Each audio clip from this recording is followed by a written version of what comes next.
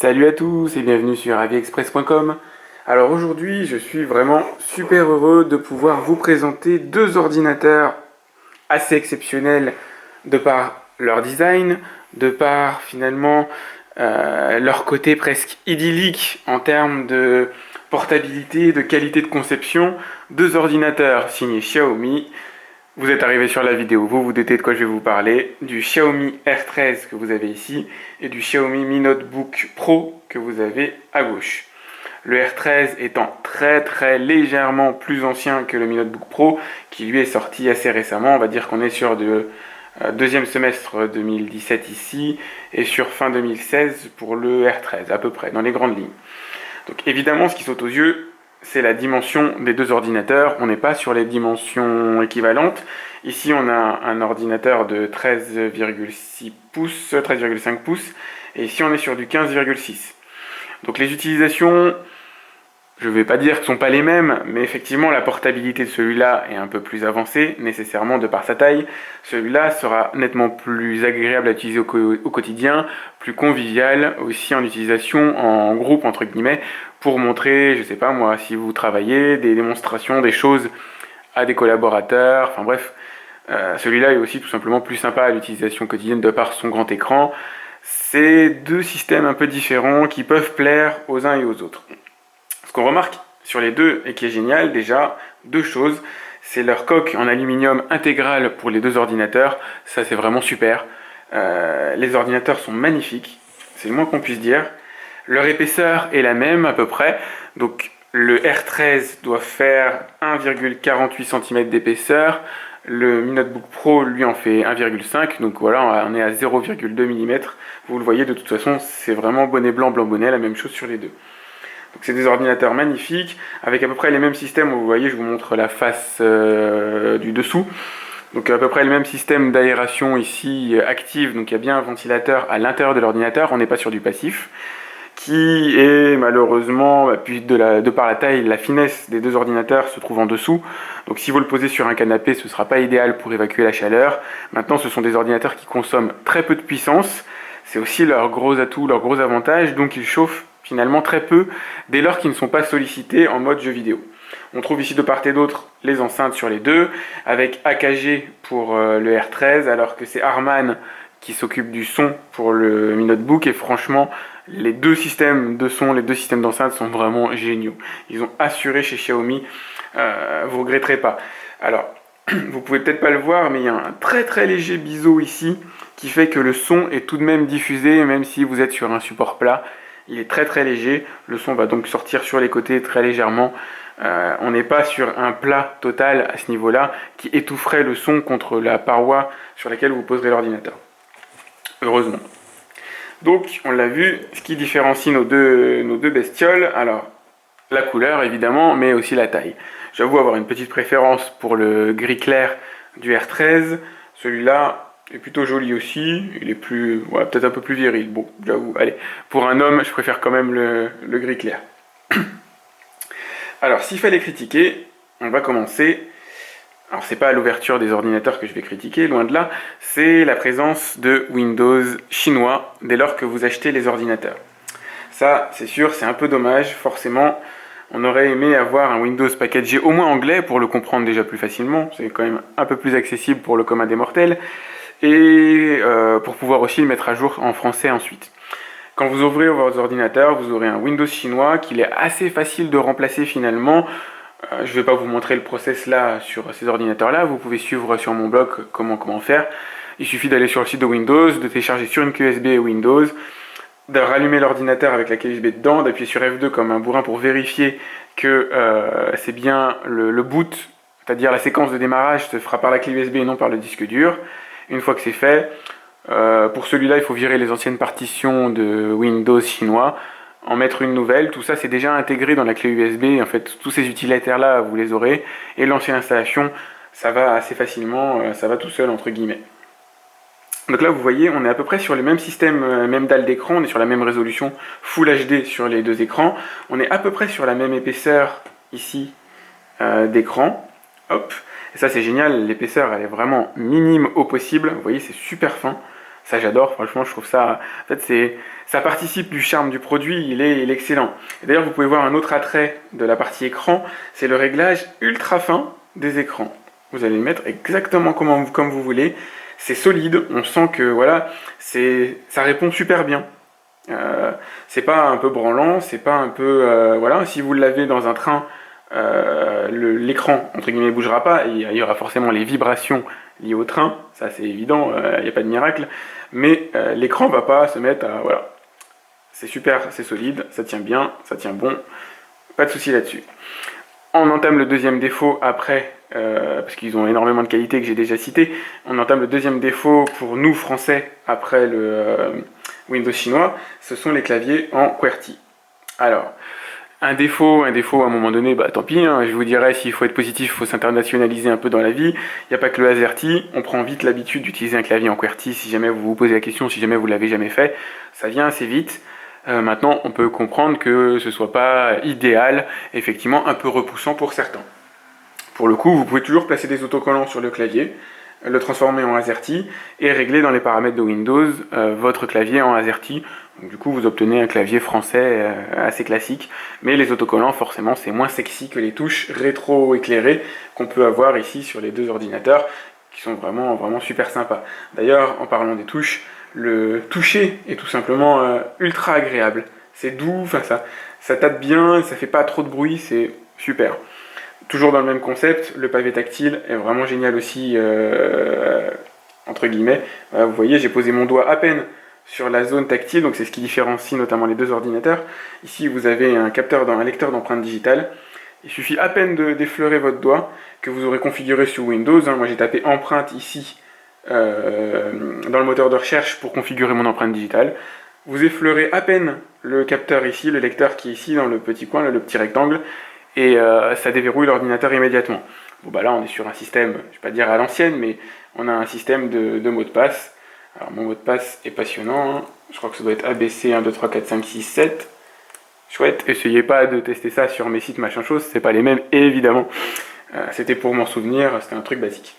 Voilà, donc une fois rentré sur les deux ordinateurs, que vous avez installé Windows, on est grosso modo sur le même schéma sur les deux ordis, on est sur la même qualité d'affichage, c'est beau, c'est clair, c'est ultra agréable à utiliser, la souris répond bien précisément, on a des pavés tactiles bien grands ici, et ça c'est super agréable à l'utilisation au quotidien.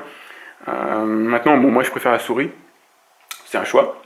Ce qui va différencier les deux ordinateurs, ça va être côté puissance, parce qu'on n'a pas exactement les mêmes CPU et les mêmes GPU à l'intérieur, donc CPU pour le processeur, GPU pour la partie graphique. Ici, on va être sur un Intel Core i5 de 8ème génération, donc que vous voyez ici, donc le i5 8250. Et là, vous m'excusez, je passe devant l'ordinateur. Hop, plus de détails. Voilà, performance, c'est ce qui va nous l'afficher. On est sur un i5 de 6ème génération, donc un 6200. Alors, faut être honnête, c'est pas la révolution de passer un Core i5 8ème génération. Il n'y a pas non plus ce gap monstrueux où on se dit c'est ça qu'il faut, qui fait absolument la différence entre les deux ordinateurs. Oui, il y a un surcroît de puissance, oui, il y a des informations de calcul plus récentes dans le Mi Notebook Pro, c'est évident, mais je vais vous dire, vous faites du traitement de texte, vous allez sur internet, etc. C'est pas ça qui va changer votre vie. Ça va avoir une influence un petit peu si vous faites du traitement vidéo, si vous faites de la photo, si vous consommez un peu de jeux vidéo, ça peut avoir une influence aussi, même si c'est plus le GPU qui va agir là-dessus. Et d'ailleurs, en termes de GPU, on n'est effectivement pas sur les mêmes processeurs graphiques.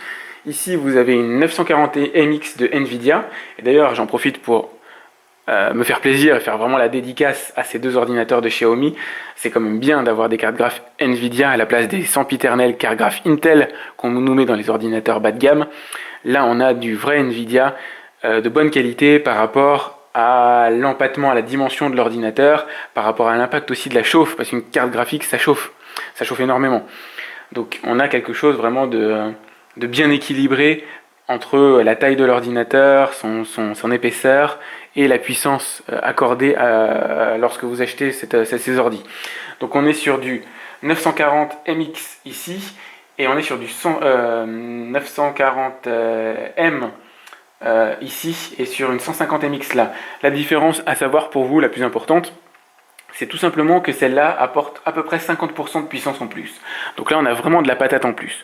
C'est pas pareil, c'est pas les mêmes cartes graphiques, et on a une évolution qui est tangible en jeu vidéo, et qui fait que cet ordinateur-là est aussi plus sexy, pour le coup, plus intéressant. Ça, c'est vraiment la grosse évidence. En plus de sa taille, il y a ce paramètre-là, carte graphique, qui joue vraiment.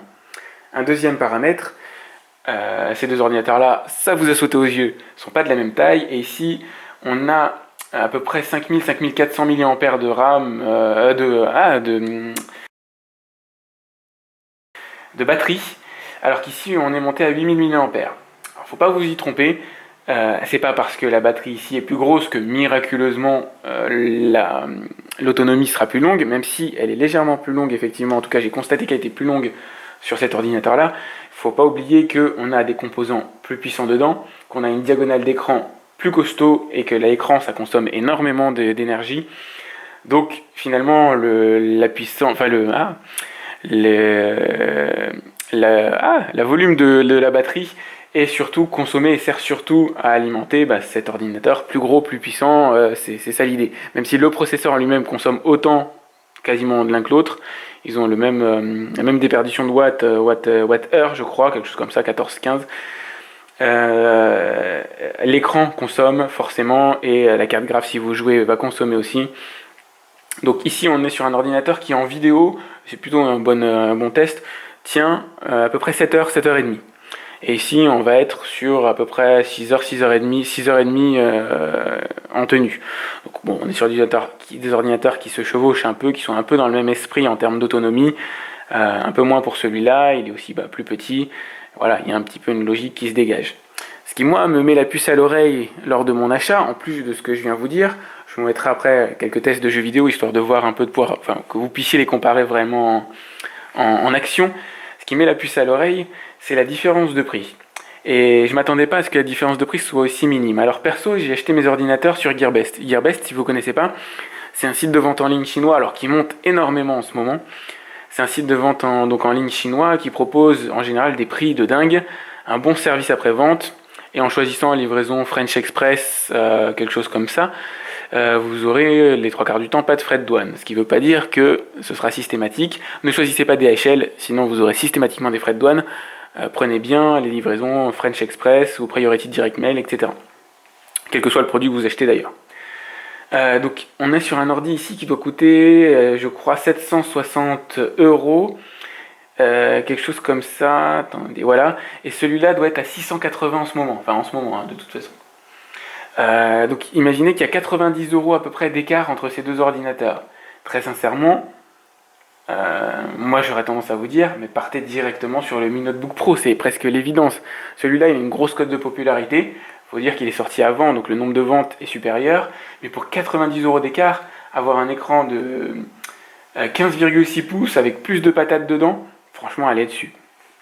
Enfin, c'est mon conseil. Après, il y a forcément, tout le monde n'est pas, vous pouvez être à 90 € près, et auquel cas, celui-là, il est vraiment génial. La portabilité de celui-là aussi est top. Pour ce qui est de la RAM, on est sur les mêmes équipements dans ces deux ordinateurs, on est sur du 8 Go. Alors moi j'ai des Core i5, il existe celui-là aussi en Core i7 avec 16 Go de RAM. Alors franchement déjà je vois pas ce qu'on peut faire avec 16 Go de RAM, c'est abusé. Même dans les quelques années à venir, il me paraît assez utopique d'avoir besoin réellement de 16 Go de RAM au quotidien. Ça me paraît vraiment dingue. Vous voyez, mémoire, en natif, j'utilise 2 Go 3 sur les 7,9,9, sur les 8 Go disponibles. Pour vraiment pomper déjà mes 8 Go, va falloir ouvrir un sacré paquet d'onglets sous Internet Explorer, Chrome, etc. Plus des applications en toile de fond, etc. Et quand bien même j'en ouvrirai autant, j'atteindrai probablement pas la limite de 8 Go. Alors 16, franchement, bon. Maintenant, qui peut le plus, peut le moins. Si vous pouvez vous permettre, il y a la version avec un Core i7 avec 16 Go de RAM qui coûte 1000 € je crois. Faites-vous plaisir si vous le pouvez. Moi je suis pas là pour vous dissuader, mais je vous dis, le rapport prix-performance de celui-là, il est vraiment au top. C'est aussi pour ça que voilà, je vous le pousse. C'est tout simplement pour ne pas faire d'erreur dans votre choix, pour pas regretter. Maintenant, les dimensions de l'autre peuvent aussi plaire à certains, et ça c'est compréhensible. Son design aussi est plutôt sympa. Donc là, ce que je vais faire, je vais aller mettre des jeux vidéo et puis on va voir ensemble ce que ça donne. Je vais vous afficher aussi le nombre d'images par seconde et on va voir s'il y a vraiment de si grosses différences entre les deux ordinateurs. Je pense que ça va être assez intéressant à voir. Alors là, je viens de lancer Call of Duty et il se passe un truc de dingue. Je suis incapable de l'expliquer, mais regardez ça. Attendez, là il est en train de précharger les pixel shaders. Alors vous allez voir, il me faut quelqu'un qui m'explique ça. Comment ça se fait qu'avec mon ordinateur de droite ici, le R13, je puisse contrôler les deux ordinateurs en même temps. Alors certes, j'ai lancé les mêmes jeux, tous les deux sont basés sur la plateforme Stream, d'accord? Mais qu'est-ce qui justifie qu'en lançant en même temps les deux ordinateurs, je puisse contrôler avec l'un des deux, je ne les ai pas testés avec celui-là, je puisse contrôler, j'ai exactement la même image, la même réaction des deux côtés en utilisant un seul trackpad. Non mais c'est un truc de fou. Enfin, va falloir m'expliquer. Si vous avez une explication, franchement, faites-vous plaisir. C'est le moment de me le dire. Alors, ce que vous ne pouvez pas voir, c'est que en haut, parce que c'est tout petit, en haut à droite de l'écran, j'ai le nombre de FPS affiché.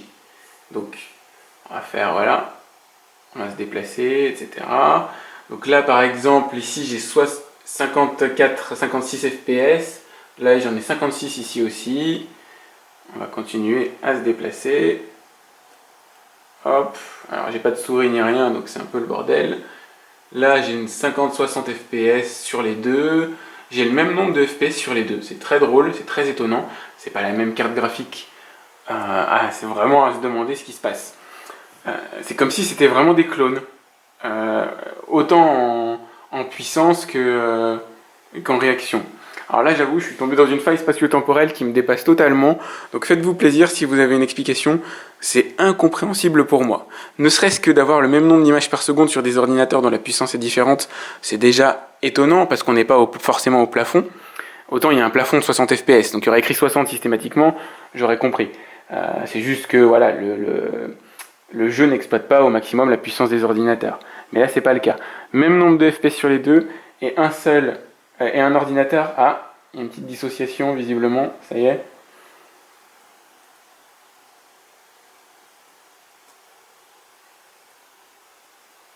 Ah non, c'est juste qu'il s'était mis en pause ou quoi? Non, ouais, c'est ça, ça contrôle les deux. Enfin, j'avoue, je capte pas. Enfin bref, si vous avez une explication, faites-vous plaisir. Là, j'avoue, j'ai atteint ma limite en termes de compréhension. Donc je vais aller faire mes tests différemment pour voir vraiment la puissance des deux et je vais sortir de Call of Duty et on va regarder les choses sous un autre angle. Mais là, faites-vous plaisir, moi je veux bien un commentaire. J'avoue que là, je suis dépassé. Au passage, on voit que la colorimétrie native, alors j'ai rien changé, la colorimétrie native est légèrement différente. Ah, faut peut-être que je regarde au niveau de mes réglages de luminosité. On a un sentiment ici effectivement de plus grande clarté sur cet écran-là, mais la luminosité est peut-être tout simplement réglée différemment.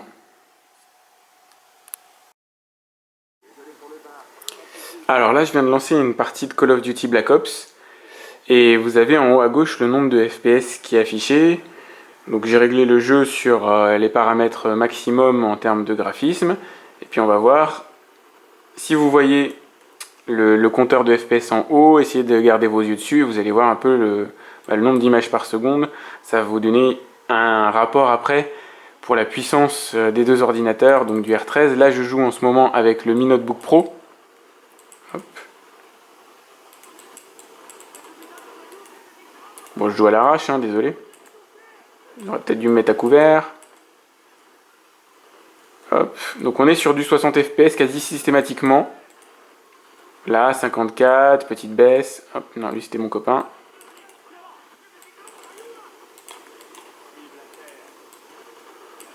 Voilà, donc bon, dans tous les cas, ce jeu-là est fluide, il n'y a pas de souci là-dessus. J'avais pas trop de crainte. Et on plafonne systématiquement, quasiment à 60 FPS. Je vais aller faire le même test avec le R13 et on va voir si c'est aussi efficace.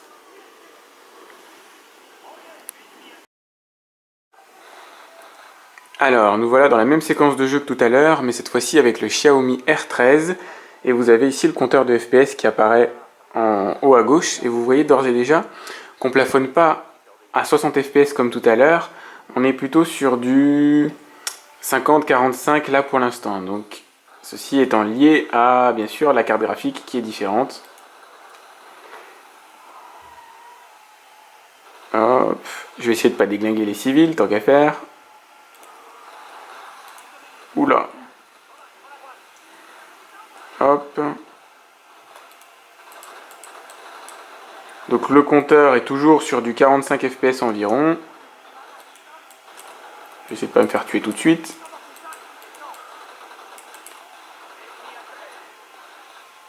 « 42 fps, hop. Donc dans les phases plus intenses d'explosion, on va tomber un peu. Donc on n'est pas sur un rapport, là pour l'instant en tout cas, de 50% de puissance comme je l'évoquais tout à l'heure, mais ça ne veut pas dire que tous les jeux exploitent forcément le même niveau de puissance. Là on est passé à 36 fps pour la séquence où je suis mort. Mais on a quand même une décroissance d'images par seconde assez claire de pour l'instant 25%. On était à 60 fps tout à l'heure, on est plutôt sur du 45 maintenant. Voilà. Bon, c'est pas un drame. Par contre, les FPS deviennent vite très utiles si vous êtes un hardcore gamer de jeux plus récents. Là, on est sur un Call of Duty Black Ops. Effectivement, si vous allez commencer à taper dans du World War II qui vient de sortir, pour peu que l'ordinateur soit en mesure de l'afficher d'ailleurs, ce qui est pas forcément sûr, ça risque d'être compliqué. Là, on est descendu à 38 fps, vous voyez, pendant la phase d'explosion, avec un petit ralentissement quand même. Hop.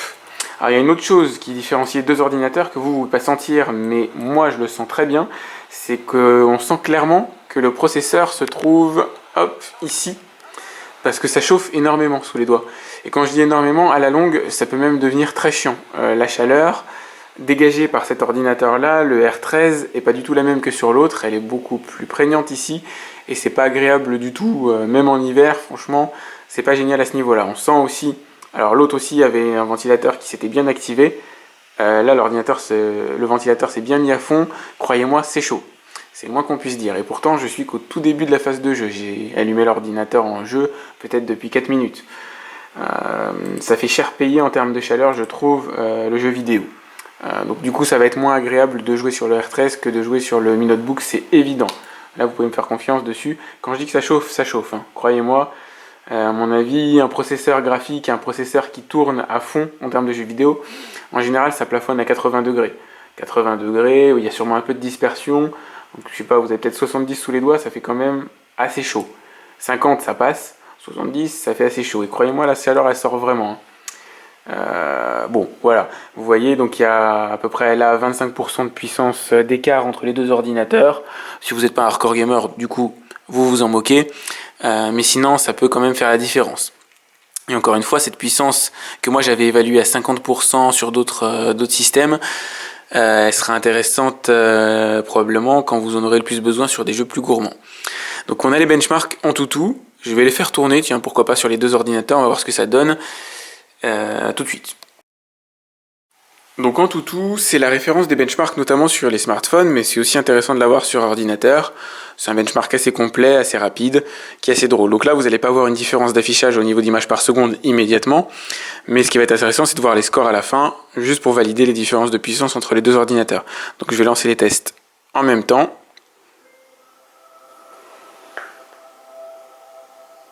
Et vous voyez d'ailleurs, c'est marrant, c'est le R13 presque qui est très légèrement devant l'autre en termes de chargement. Alors ça se joue à la milliseconde, hein.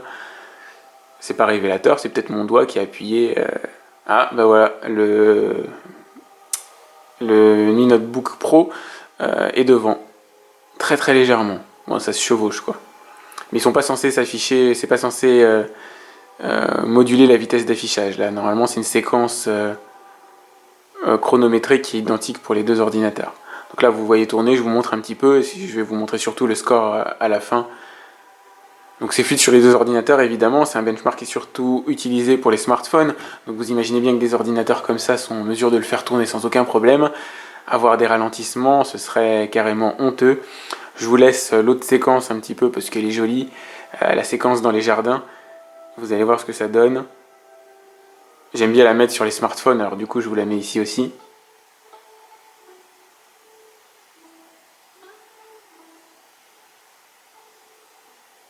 Et je vous reprends dès que j'ai les résultats.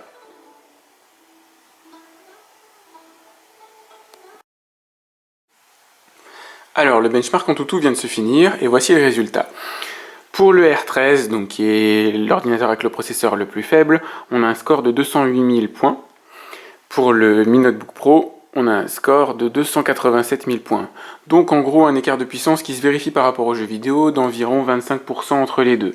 Score qu'on vérifie ici, donc vous avez les scores 3D sur les deux, donc du 53 000 points contre 36 000 à côté, etc. etc.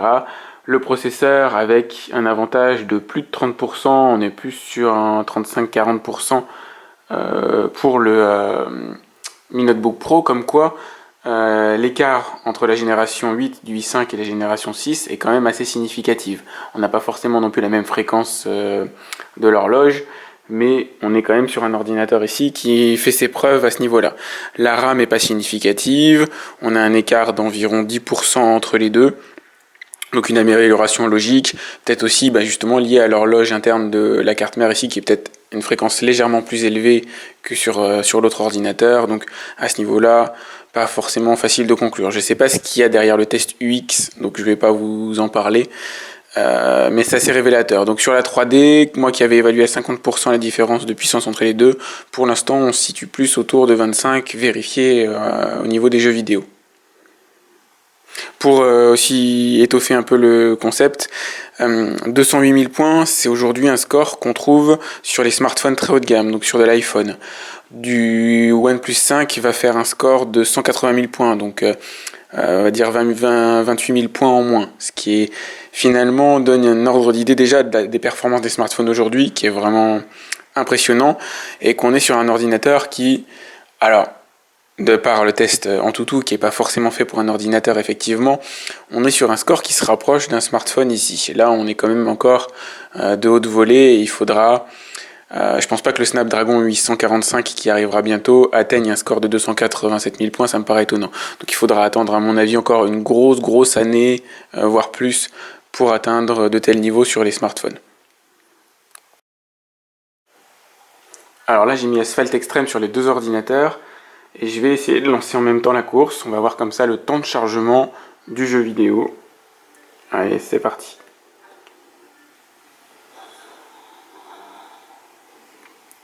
C'est presque étonnant de voir le R13 plus rapide que l'autre. Alors j'imagine qu'il y a des explications derrière. Mais bon, il faut avouer que c'est quand même très étonnant. Alors après, c'est pas un jeu qui est un défi pour ni l'un ni l'autre des ordinateurs, hein. Ils vont réagir aussi bien l'un que l'autre aux jeux vidéo. Ce sera extrêmement fluide sur les deux. C'était pas l'objet de la comparaison. Je vous le laisse tourner quelques secondes. Là, je conduis pas parce que j'ai un peu de mal à synchroniser mes deux mains sur deux écrans différents.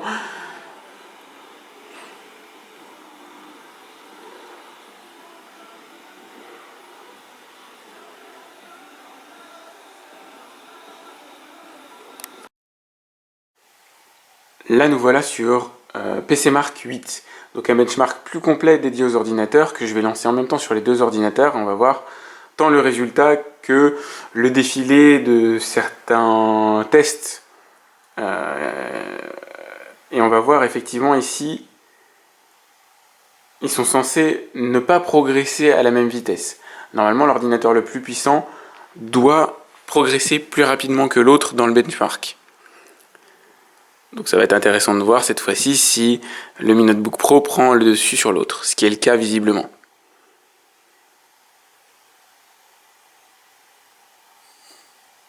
Assez largement même.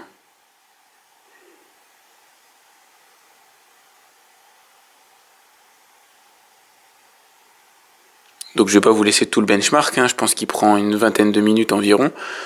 Je vous mettrai les résultats à la fin évidemment. Là c'est vraiment pour voir la progression. Il va y avoir normalement un peu d'affichage dans peu de temps. Un équivalent de Pinterest qui va défiler, etc. Et on voit que le Mi Notebook Pro a quand même pris une très large avance que l'autre ne comblera jamais de toute façon.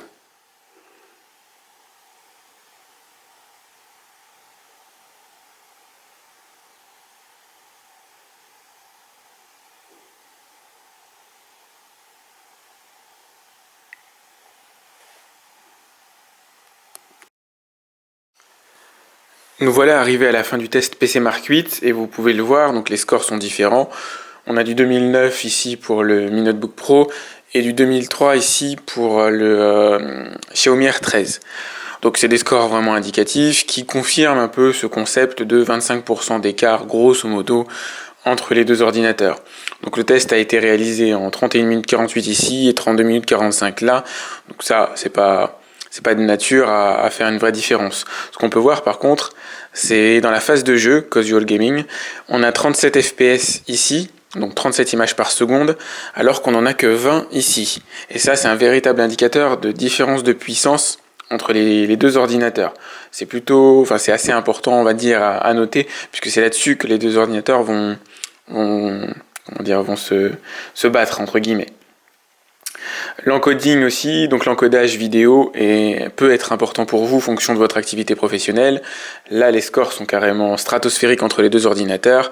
Le R13 met plus de 2 fois plus de temps à faire de l'encodage que le Mi Notebook. Donc on voit vraiment que le processeur, là pour le coup, le i5 8e génération, a un véritable avantage. On est sur du lourd à ce niveau-là. On est vraiment sur de l'ordinateur professionnel, ce qui était le cas aussi de celui-là, qui conviendra très bien dans d'autres utilisations. Mais on a vraiment, pour 90 € de plus, là, un vrai avantage tangible en plus du jeu vidéo. À l'heure de conclure sur ces deux très très beaux jouets, déjà, je vais vous conseiller déjà de vous rapporter à vos besoins. Donc, vous l'avez là, un besoin de taille est différente entre ces deux ordinateurs-là, entre l'ultra portabilité ici, donnée par son format et son gabarit écran 13 pouces, et la portabilité, on va dire, un peu amoindrie par un écran 15,6 pouces, mais aussi beaucoup plus agréable à travailler au quotidien. Il va falloir faire le choix un petit peu. Le prix n'est pas un critère de choix. Pour moi, 90 € d'écart, vu les fonctionnalités proposées, enfin les fonctionnalités, la puissance proposée en plus par celui-là, en plus de l'écran et de la batterie qui tient plus longtemps, très sincèrement, le choix logique devrait se diriger clairement vers le Mi Notebook Pro. Il n'y a aucune raison de s'en priver, enfin, à mon sens. Donc ça, vraiment pour vous, il est fondamental d'avoir un ordinateur le plus petit possible, auquel cas le R13 ou le R12 seront parfaits pour vous. Mais si c'est pas un critère fondamental, alors orientez-vous définitivement vers le Mi Notebook Pro. 90 € ne doivent pas vous arrêter, c'est un ordinateur, c'est un investissement, il faut vraiment passer par là. Les deux ordinateurs, par contre, se chargent à peu près en même temps, donc on a 1h30, 2 heures de chargement pour avoir la batterie pleine. C'est des chargeurs chinois, donc il faudra prévoir un adaptateur, vous l'achetez à 5 € sur Amazon, ça va très bien. Ça marche parfaitement sur le courant français, ne vous inquiétez pas. La Chine aussi fonctionne à peu près sur du 220 volts, vous inquiétez pas, moi tous mes produits à la maison maintenant sont chinois puisque je suis spécialisé de par mon blog dans le test de produits asiatiques. Rassurez-vous, ça marche nickel sur le 220 volts français. Donc les ordinateurs sont aussi fins l'un que l'autre, sont aussi bien finis, aussi bien conçus l'un que l'autre, utilisent les mêmes matériaux. On est très largement sur du niveau du MacBook Air en termes de finition. Ce qui va faire la différence, c'est l'OS. Donc là, on est sur Windows, on sera sur macOS pour Mac, et on va pas rentrer dans le débat de ce qui est mieux que voilà. À vous de faire votre choix, mais les ordinateurs, que ce soit l'un ou l'autre, sont plus puissants que des MacBook Pro. Plus intéressants à plus d'un niveau, sont aussi bien finis. Donc si ce n'est le système d'exploitation qui diffère, je vais vous dire, on est très largement mieux loti sur ces deux ordinateurs-là que sur Mac, qui pour l'instant propose des ordinateurs vieillissants, capacités vieillissantes, et moi n'arrive pas à me convaincre du tout. On a à peu près le même type de port, je crois qu'il y a un port USB-C en plus sur le... comment on l'appelle ? Le Mac, sur le Mi Notebook, donc on en a un ici. Celui-là sert au chargement, idem pour là, c'est le chargement. De l'autre côté, je vous montre, donc on a la prise HDMI. Ici, les deux ports USB ont été concentrés au même endroit. Là, c'était plus sympa, on en avait un de chaque côté. Et vous avez une prise casque aussi disponible. Donc voilà, sincèrement, si vous pouvez vous le permettre, prenez directement le Notebook Pro, il vient de sortir, il est vraiment génial, vous regretterez pas, c'est impossible de regretter cet achat-là. Je pense, je vois pas en quel honneur vous le regretterez. Souvenez-vous qu'il va falloir transformer Windows de la version chinoise à la version française. Si à un moment donné vous avez des questions, besoin d'un coup de main, contactez-moi, je ferai peut-être une vidéo à ce propos. Mais c'est assez facile, ou allez sur mon blog et je vous expliquerai tout simplement comment on fait. Donc n'hésitez pas à mettre un petit pouce sur ma vidéo, ce serait sympa. Ne serait-ce que pour la promouvoir, ça aide aussi à faire en sorte qu'elle soit plus vue sur YouTube. Et comme je passe pas mal de temps pour les peaufiner, même si je suis pas un professionnel de la vidéo, j'essaye au moins de ne pas dire de bêtises et de vous donner des ordres de comparaison qui vous permettent de faire un choix le plus éclairé possible. Moi c'est sûr, ça m'arrange si le travail est valorisé. À vous abonner à ma chaîne aussi, allez faire un tour sur mon blog. Et puis je vous dis à très vite pour un autre test de produits asiatiques et essentiellement chinois sur aviexpress.com. Salut!